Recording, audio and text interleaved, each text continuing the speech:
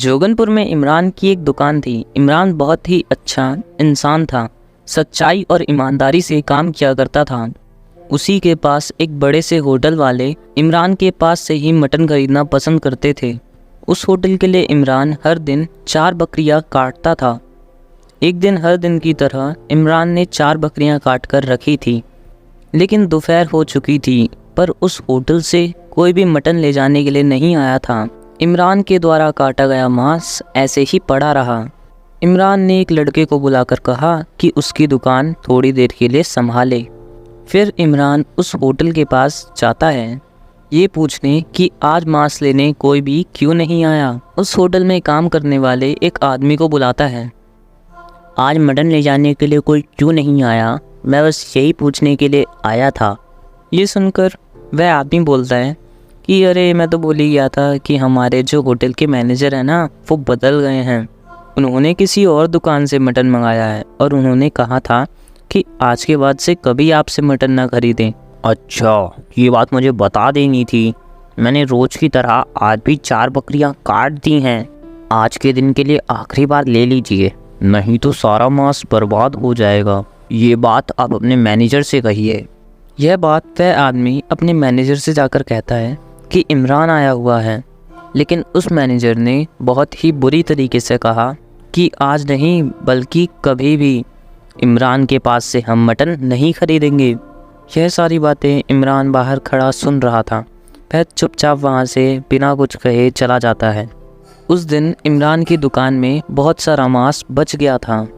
वह मांस वह पैक कर कर अपने घर लेकर जाता है।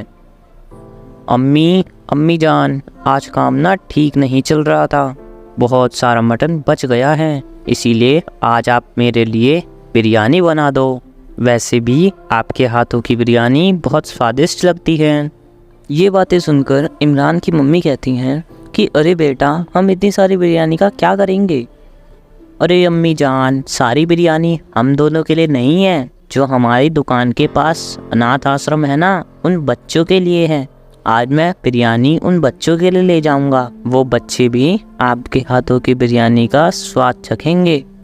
इमरान की बातें सुनकर इमरान की अम्मी खुश होती हैं और कहती हैं कि अच्छी बात है, तुम्हारे अच्छे विचार तुम्हारे साथ रहेंगे।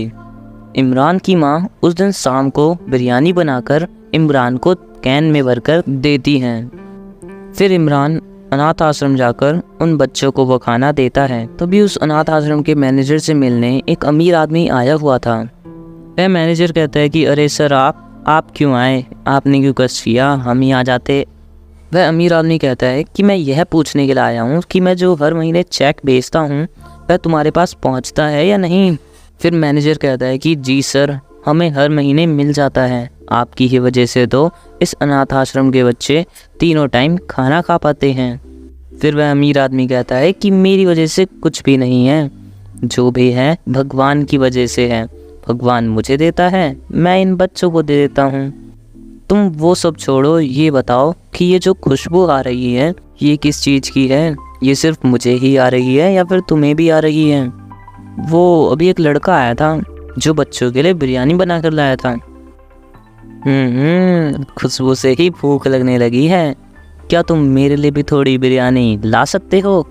फिर वह मैनेजर हिचकिचाते हुए कहता है अरे सर, आप यहाँ खाना खाएंगे? तुम ऐसे हिचकिचा क्यों रहे हो? मैं भी एक इंसान ही हूँ, जैसे ये बच्चे इंसान हैं, जो सब लोग खाते हैं, मैं भी तो वही खाता हूँ। उस अमीर आदमी की बातें सुनकर वह मैनेजर खुश हो जाता है और किचन में जाता है। फिर एक धुला हुआ बर्तन निकालकर उसे बार बार धोकर उसमें थोड़ी सी बिरयानी निकाल कर लाता है और उस अमीर आदमी को देता है। उस वक्त उस मैनेजर के हाथ बहुत काँप रहे थे। अरे भाई, तुम इतना परेशान क्यों हो रहे हो? आप इतने बड़े 5 स्टार होटल के मालिक हमारे यहाँ खाना खा रहे हैं, यह हमारी खुशनसीबी की बात है सर।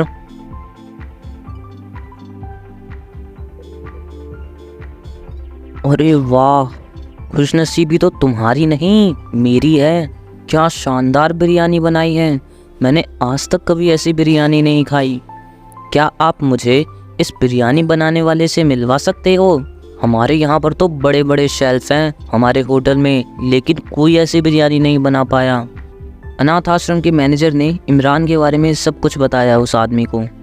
इमरान के बारे में सब कुछ जानकर वह आदमी इमरान के घर जाता है।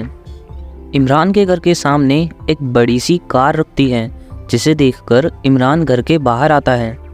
मैंने आपकी बिरयानी का स्वाद चखा है, मैंने आज तक कभी ऐसी स्वादिष्ट बिरयानी नहीं खाई। क्या आप मेरे होटल के लिए कुछ काम करना चाहेंगे?